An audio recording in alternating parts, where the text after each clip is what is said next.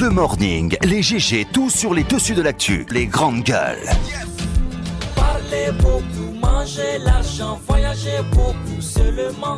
Mais travailler beaucoup, créer des choses, emploi des jeunes, non, non, non. Les dirigeants africains, les dirigeants sont comme ça. Les grandes gueules. Nous sommes mardi, nous sommes le 9 avril 2019. Merci à vous à l'international. Bienvenue dans cette émission Les Grandes Gueules sur Espace TV, mais aussi sur Suite FM Guinée tous les soirs. Vous nous écoutez évidemment sur cette fréquence ici à Conakry sur 99.3. Retrouvez Suite FM également sur les bouquets Canal+. Au menu, on s'intéresse à l'actualité, à la une, des ennuis judiciaires pour un opposant et certains de ses partisans donc en Guinée. Dr Faya Milimono, puisqu'il s'agit de lui, c'est de lui qu'il s'agit donc, et des militants de son parti, le BL, brièvement interpellé le vendredi 5 avril dernier, à marge de l'ouverture de la session des lois du Parlement guinéen au mandat prorogé, ont été inculpés hier des faits d'attroupement illégal et de troubles à l'ordre public. En attendant leur procès, Dr Faya Milimono, lui, est placé sous contrôle judiciaire. À quelle suite judiciaire peut-on s'attendre évidemment dans cette affaire? Quel regard peut-on porter sur les accusations mises en la charge du président du BL et certains de ses opposants? Faut-il y voir un règlement de compte? Évidemment, on essaie de comprendre ce matin avec Maître Abdoul Kabele Kamara, un des avocats donc des mises en cause, président du parti RGD, ancien ministre de la République, qui sera en direct ce matin chez les Grandes Gueules sur Radio Espace Guinée. La Guinée est le débat d'une modification constitutionnelle et d'une nouvelle constitution, alors que des tenants du pouvoir en place continuent de pousser dans cette voie. Ceux qui ont élaboré et adopté donc la constitution en mai 2010 se sont constitués en collectif à l'effet donc de faire barrage et d'enrayer toute manœuvre destinée donc à cracher, il le dit Titi, sur le fruit de leur travail ou de le remettre en cause. Que faut-il penser à l'actuelle constitution guinéenne, les conditions de son adoption et les supposées insuffisances qu'elle contiendrait? Expliquerait-il donc les velléités de la nature à la saborder, il le dit Titi? Nous allons avoir comme invité ce matin, mesdames et messieurs, grand oral donc à Soura, monsieur Aboubacar Dansoko, membre de la commission des lois et du CNT, secrétaire général donc du collectif des membres du CNT. Il sera ce matin dans cette émission Les Grandes Gueules. D'autres sujets viendront s'ajouter à tout ceci pour votre plaisir, évidemment. Bonjour Moussa Moïsi là. Bonjour Lamine, bonjour à tous. Comment ça va ce matin? Bien, Dieu merci. Comme une fleur fanée ce matin. Hein? Oui, la voix un peu cassée, mais ça décapité. va. Oui, non pas tellement, je me suis reposé, j'ai eu le temps de me reposer. Oui, évidemment. Je pense que ça va ce matin. Ça va ce matin. La grosse voix, bonjour. J'ai dit bonjour. Bonjour Lamine, bonjour à tous. Bonjour Mafoudia Bangoura. Bonjour Lamine, bonjour à tous. Ouais, elle est pas bien ce matin. Elle a Comment? sauté. C'est la mèche. C'est la mèche. Ouais. Bonjour mon cher Titi. Bonjour Lamine, bonjour à tous. Voilà, moi je suis juste comme un catastrophé ce matin. Ce bébé tué, égorgé du côté de Bessia, c'est juste extraordinaire. Mon cher Titi, j'ai pas de mots ce matin, honnêtement. Cet enfant, c'est un garçon de 2 ans, si je m'abuse, donc qui a été retrouvé, dont le corps a été retrouvé, semble-t-il, à Bessia-Port 1, la gorge tranchée. Et le corps, il faut rappeler, aurait été retrouvé dans la constitution d'un homme d'affaires qui est déjà mise aux arrêts. Voilà, on va essayer d'écouter cet élément signé Basseko. Dans la famille du petit garçon, c'est la consternation. Ses parents n'en croient pas. Ils sont sous le choc et peinent à se remettre de la mort de leur enfant. Des communiqués ont été passés dans les médias. Le tour des quartiers de Conakry a été fait dans l'espoir de retrouver Boubacar Sidibé. Mais malheureusement, c'est un corps en état de décomposition très avancé, le visage méconnaissable que les parents retrouvent 4 jours après la disparition de l'enfant qui se portait pourtant bien. Kansa Doumbia, journaliste, est l'oncle de la victime. Nous sommes meurtris, désappointés. C'était le 31 mars. L'enfant était avec son papa. Après, lui il est parti maintenant à la mosquée. Quand il est revenu, il a demandé où se trouve mon fils. On n'avait plus d'informations. Les voisins ont été alertés. Les forces de l'ordre et chacun s'est mis à la recherche de l'enfant. Le mardi, le corps de l'enfant a été retrouvé dans une fosse septique. Les parents du bébé de 2 ans accusent un homme d'affaires d'être le bourreau de leur fils. Ce voisin a récupéré un domaine qui est là-bas. Mais mon père a dit non, il ne va jamais disputer avec quelqu'un à cause d'un lopin de terre. Le même monsieur, comme le père n'a rien dit, il a dit que je vais te causer des préjudices que tu ne vas jamais oublier. Après aussi, la disparition de l'enfant, le père de famille a informé sa famille de ne pas se laver là où le corps de l'enfant a été retrouvé. Pour cause de conflit domanial au sacrifice rituel, le père biologique du défunt a du mal à croire que l'une ou l'autre raison pourrait justifier cet acte crapuleux attribué aux voisins. Meurtri, Abouakar Diallo peine à s'exprimer devant les journalistes.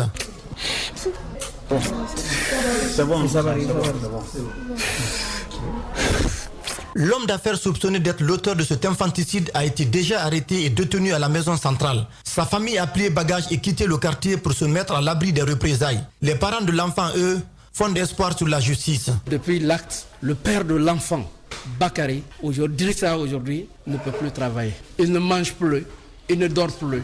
Il est dans une situation catastrophique. Sa maman aussi est gravement malade. Depuis que madame a vu son enfant dans cet état, jusqu'à présent, elle est gravement malade. Ce que nous voulons, la justice joue bien son rôle. Le présumé coupable a été arrêté et déféré à la maison centrale de Conakry. Dans le quartier, des habitants indiquent que des crimes odieux sont récurrents à Bessia Port 1. Ils dénoncent l'impunité garantie aux auteurs qui ne purgent pas souvent leur peine une fois condamnés par la justice. L'anormal s'impose en norme. Le sens n'est plus sens. L'intelligence décriée et la médiocrité célébrée. Brisons cette inversion des valeurs. Bienvenue chez les grandes gueules de Radio Espace Guinée, en ondes depuis plus de 7 ans en Guinée. Voilà, Bouabkar, on vient d'écouter cet élément de Bassekou, c'est juste incroyable. On n'a pas de mots, hein, franchement. Face à la description des faits, moi je pense que on est catastrophé. Ouais. Je suis en droit de reprendre votre expression. Catastrophé, tétanisé, déboussolé. On n'a pas de mots face à ce crime. Parce que je ne peux pas comprendre qu'un homme qui a quand même un cœur, qui a un cœur et qui puisse donc arriver à trancher la gorge ou à assassiner un garçonnet de 2 ans. Pour un supposé conflit domanial ou un règlement de compte avec les parents. Qu'est-ce que le petit a à y avoir? Quel est son crime? Quel est son péché? Le péché, c'est peut-être de naître de ce parent avec lequel, éventuellement, si c'est le cas, ce présumé auteur a une situation conflictuelle. Le petit n'y a rien à voir. Ouais. Donc il est innocent, totalement innocent. Alors sur toute la ligne, son seul crime, comme je l'ai rappelé, c'est d'être l'enfant de ce monsieur avec qui il a eu maille à partir. Le papa va à la mosquée, à son retour, il ne retrouve pas son enfant qui est porté disparu. C'est 4 jours après qu'on retrouve le corps en putréfaction de ce garçonnet de 2 ans dans une fosse septique. Franchement, moi, tout ce que je demande, c'est que des enquêtes approfondies soient menées, qu'il soit établi, si c'est établi que c'est ce monsieur donc qui en est l'auteur, qu'il soit sanctionné donc à la hauteur de la dimension de la forfaiture. C'est un crime odieux, innommable, ineffable. Ouais. Allez-y, Mafoudia. Alors, moi, actuellement, rien ne m'étonne. Parce que quand on lit certaines informations, que ce soit en Guinée ou dans le monde, on se dit, est-ce que l'être humain est capable de telle cruauté? Mais la réponse, c'est oui. Ouais. Parce qu'on a vu des pères séquestrer leurs filles, les violer des années durant, les engrosser, violer. En fait, l'être humain est capable d'un tel niveau de cruauté qu'on ne peut pas imaginer. Il faut juste que ça se passe devant soi pour tenir, pour se dire, ah oui, c'est possible. Mais sinon, oui. Pour ce cas-ci, je me suis posé tellement de questions. Un monsieur qui est présenté comme un homme d'affaires, il est présumé. Ouais. Donc, on suppose que c'est quelqu'un qui a toutes ses facultés, qui a eu des années à s'investir. Pour un oui ou pour un non, tuer un enfant comme ça, heureusement qu'il y a ce qu'on appelle une enquête. Heureusement, il y a ce qu'on appelle la police. Donc, ce qu'on peut demander, c'est qu'on fasse des enquêtes, qu'on sache qui est derrière le meurtre de cet enfant. Ouais. Maintenant, pour les parents, on les aura suivis. C'est assez difficile, c'est même difficile de trouver des mots. Un enfant, ça me rappelle le cas de cette petite qui a été décapitée pour des rituels, juste pour se faire de l'argent. C'est assez horrible. Ouais. Après, tout ce qu'on peut dire quand c'est fait comme ça, c'est de demander à la justice de simplement faire son travail. Parce que les parents, ils n'ont pas de moyens. Ils ne peuvent aujourd'hui que pleurer. Donc que la justice fasse son travail, mais encore une fois, il est important de mettre, de redoubler d'efforts pour vraiment lutter contre ces fléaux, parce que ça existe, ça ne finira jamais dans les sociétés, mais plus la justice est forte, moins on a de tels cas. C'est regrettable pour les parents. Oui, allez-y mon cher Taba. La famille déjà a quitté Bessiaport 1. Hein. Voilà, m'apprend-on ce matin. On peut bien se l'imaginer. S'il s'agit de ce cas de figure que nous avons pu écouter, cela dit, il faut laisser le soin à la justice de faire son travail, parce que le monsieur aurait pu dire tout cela et ne pas nécessairement être l'auteur de ce crime crapuleux. Les grandes gueules. Moi, je commence par présenter vraiment mes condoléances à cette famille. On a écouté le père, la voix totalement contristée, l'âme attristée. Le monsieur est atterré. On sent que il ne trouve pas ses mots, il ne trouve pas de logique, il ne trouve pas d'explication à ce qui a pu arriver. La même réaction de Maf ce matin, c'est la même que l'on peut lire entre les lignes des pleurs, les larmes qu'on a pu entendre de ce monsieur qui ne peut même pas articuler un seul mot, tellement... Un enfant de 2 ans. Tellement le monsieur est triste. En fait, lorsqu'on en vient dans une société à s'attaquer à l'innocence... Parce que ça, c'est l'innocence à l'état pur. Un enfant qui ne sait rien du tout, qui n'a certainement rien à faire avec nos problèmes quotidiens, avec nos rancœurs. Il n'est pas concerné par tout ça. On vient s'attaquer ainsi à ce qu'on peut appeler, sans exagération aucune, à de l'innocence. Moi, je dis, c'est terrible, c'est vraiment terrible. Il faut absolument que la justice puisse faire son travail.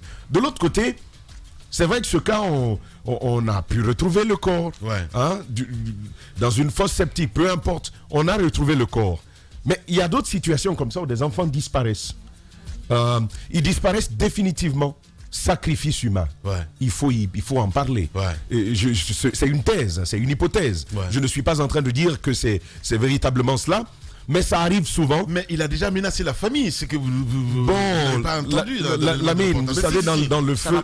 C'est pas forcément... Si, c'est ce que c'est ce que j'avais dans le ça feu. ça a tout son sens, par contre. Non, je dis, il y a des menaces. Absolument. Je dis que c'est une piste exploitable. Mais on ne peut pas affirmer d'emblée... Apprendre très au sérieux. On ne peut pas affirmer d'emblée qu'à cause de cela, le monsieur aurait été responsable de ce qui est arrivé. Mais la vérité, c'est aussi cela. Les sacrifices humains, ça existe. Ça existe. Sur des enfants de cette... Personnellement, j'ai suivi l'histoire, je l'ai vu, la fille, c'est même une parente, la petite sœur d'un cousin, qui a été ramassée du côté de Koya. Il y a une voiture qui arrive, et puis on ouvre la porte, elle s'appelle Hortense, tu veux aller où? Et le temps qu'elle ait pu répondre, elle tombe dans les vapes. C'est tout ce qu'elle nous raconte. Elle tombe dans les vapes, elle ne se retrouve plus. On la ramasse. On s'en va avec elle derrière Kagbele. Elle qui habite Koya.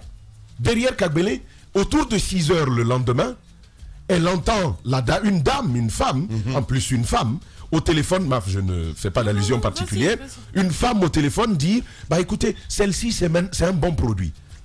Cette fois-ci c'est un bon produit. Elle parlait certainement de virginité. Celle-ci est un bon produit. La fille a compris qu'elle était en mauvaise situation. Et c'est comme ça qu'elle ouvre lentement la portière de la voiture, parce qu'elle avait été déposée sur la banquette arrière. Elle ouvre lentement, avec précaution, et puis elle sort, et elle décampe. On se met à la pourchasser, comme une bête sauvage en brousse. Imaginez une fille qui est en 11e année. Et puis il faut observer la course. Elle fuit totalement déboussolée. Elle ne sait même plus où elle est. Elle vient se retrouver dans un quartier au fin fond de Kagbele, là-bas, en partance vers Djubreka. Donc c'est là qu'elle se retrouve, et puis elle trouve un monsieur. Comment allez-vous? Je dis tout, et demande le numéro de téléphone. Elle donne le numéro de téléphone de son grand frère, et c'est ainsi qu'elle est sauvée. Cette période-là, ça existe. Des gens ordinaires, mais également, vous avez vu, avec les albinos, très très prisés dans ce monde surnaturel et mystique. Il faut encore une fois prendre en compte la vérité que la vie humaine, elle est sacrée, il faut la préserver. Mais à cause de nos intérêts, à cause de ce qu'on peut devenir, à cause de l'argent. On se plie à n'importe quoi dans ce pays et c'est dommage. C'est tout ce que je comprends. Voilà. Allez-y, mon cher Moussa Moïsi là. Oui, je pense que l'homme est méconnaissable. Ils sont nombreux en boubou blanc et plantant, mais qui dînent chaque soir avec le diable, malheureusement. Voilà. Mais l'être humain est vraiment méconnaissable. Moi, ça me rappelle le cas de ce jeune du côté de la Côte d'Ivoire, qui a été, vous vous rappelez certainement de cette histoire qui a ému tout le peuple ivoirien, qui a été sacrifié par celui-là qui était même connu de la famille, un voisin proche de la famille. Ça n'arrive souvent que par les voisins, par les connaissances, souvent. Mais pour le cas de ce monsieur-ci, vous savez, en enquête policière, lorsque un crime de ce genre est commis, la police a, en tout cas les enquêteurs ont pour rôle, d'abord de faire un balayage sur un rayon un peu élargi. Ils arrêtent tous les suspects, tout le monde, ensuite ils font la décantation. Le monsieur, s'il avait proféré au préalable des menaces à la famille, ça ne signifie pas qu'il en est l'auteur, mais c'est les grandes gueules d'élargir le filet, de prendre tout le monde, ensuite de filtrer au cas par cas. Donc c'est ce qui est en train d'être fait. Je pense que c'est au bout des enquêtes. C'est aussi la banalité. Il faut que ça serve d'exemple, parce que si c'est récurrent, à chaque fois on parle de la même chose, parce que tout simplement il y a l'impunité. Ce qui reste clair, c'est qu'il y a eu un crime rituel. Quand on tue un enfant, quand un enfant meurt de mort naturelle, ça se sait. Voilà. Mais il a été égorgé. Justement. Il a été égorgé. C'est pas un agneau. C'est pas un bœuf. Il a été égorgé. Ça veut tout dire. Quand on égorge un être humain, ce n'est pas pour briser la viande. C'est pas pour autre chose. C'est un crime rituel. Et dans ce sens-là, je pense. Non, pas forcément. Non, mais c'est mon point de vue. Non, je pense que ça a été fait. Égorger quand même. On ne peut pas quand même égorger un être humain pour le plaisir de le faire. Ça peut être un acte de vengeance. Exactement. Non, un acte de règlement de compte. Écoutez, un acte de règlement de compte, ça se passera autrement. On a vu énormément de cas de se passer dans ce pays. Lorsque des gens veulent régler des comptes, on sait comment est-ce que les corps sont retrouvés plus tard. Les cas existent du côté de la DPJ, vous pouvez les vérifier. Et pour les cas de crimes rituels, on sait également comment est-ce que les corps sont retrouvés. Parce que les corps, c'est l'indice matériel qui permet déjà à l'officier de savoir ce qui aurait pu se passer. Moi, j'en fais une déduction, mais je ne suis pas la police. Après, la police va rendre ses conclusions. Mais certainement, l'élément matériel qui a été retrouvé, l'état dans lequel cet élément matériel a été retrouvé, moi, me laisse quand même... en tout cas, ça me laisse croire qu'il s'agit bel et bien d'un crime rituel. Et sachez que dans notre pays, on est friand de cela.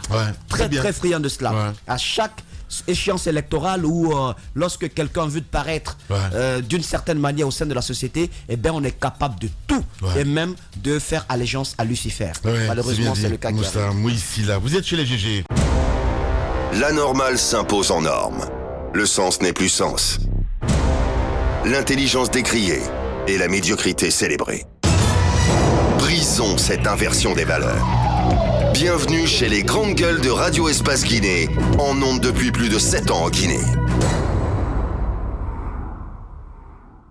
Ce mardi matin, merci à vous qui nous rejoignez sur Radio Espace à la une des années judiciaires pour un opposant et certains de ses partisans donc en Guinée, Dr Faya Milimono, puisque c'est de lui qu'il s'agit, et des militants de son parti, le BL, brièvement interpellés le vendredi 5 avril dernier, en marge de l'ouverture de la session des lois du Parlement guinéen au mandat prorogé, ont été donc inculpés hier des faits d'attroupement illégal et de troubles à l'ordre public. En attendant donc leur procès, Dr Faya Milimono, lui, est placé sous contrôle judiciaire.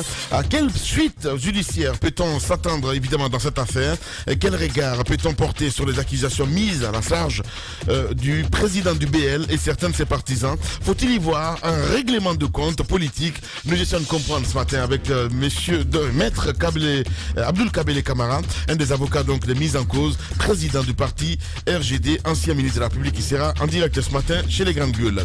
La Guinée est le débat d'une modification constitutionnelle ou d'une nouvelle constitution, alors que les tenants du pouvoir en place continuent de pousser dans cette voie. Ceux qui ont donc élaboré et adopté donc la constitution en mai 2010 se sont constitués donc en collectif à l'effet de faire barrage et d'arrêter donc toute manœuvre destinée à cracher sur le fruit de leur travail ou la remettre en cause. Que faut-il penser de l'actuelle constitution guinéenne? C'est la question que nous nous posons ce matin. Autre question évidemment, les conditions de son adoption et les supposés insuffisances qu'elle contiendrait expliquerait-il les velléités de nature à la saborder? Nous essayons de comprendre ce matin avec monsieur Aboubacar Dansoko, il faut le dire.